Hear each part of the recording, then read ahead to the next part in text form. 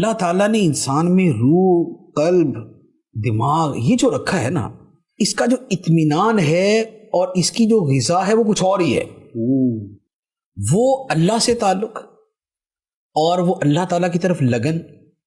اور وہ دینی چیزیں اور وہ اللہ تعالیٰ کے حکم پہ عمل، یہ ایسی مین چیز ہے کہ شاید بلکہ شاید نہیں بہت ساروں کے بارے میں یہ باقاعدہ یعنی کہ کتابیں مل جائیں گی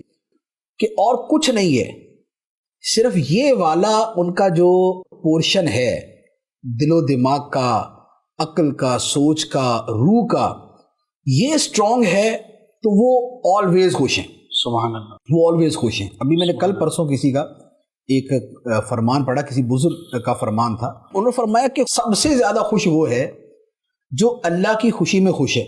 اللہ اللہ، سبحان اللہ، فرمایا سب سے زیادہ خوش وہ ہے جو اللہ کی خوشی میں خوش ہے، واہ، کہ خدا نے جیسے رکھا میں خوش ہوں۔ سبحان اللہ، اس سے زیادہ کوئی بندہ خوش ہو ہی نہیں سکتا، ہو ہی نہیں سکتا، ظاہر ہے اس کیفیت سے آگے کیا ہو۔ اس سے بلکہ وہ ایک بزرگ نے فرمایا، انہوں نے ایسا جملہ کہا کہ دنیا جو ہے وہ میری مرضی سے چل رہی ہے، ساری دنیا میری مرضی سے چل رہی ہے۔ کسی نے کہا حضرت یہ کیسی بات کر دی آپ نے، ساری دنیا آپ کی مرضی کیسے چل سکتی ہے؟ فرمایا کہ میں نے اپنی مرضی کو رب کی مرضی میں فنا کر دیا، اللہ اکبر، تو اب رب کی مرضی میری مرضی ہے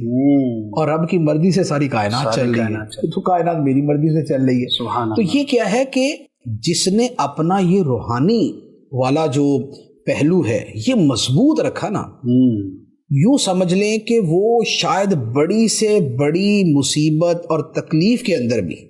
وہ اپنے آپ کو خوش رکھنے میں کامیاب ہو جاتا ہے۔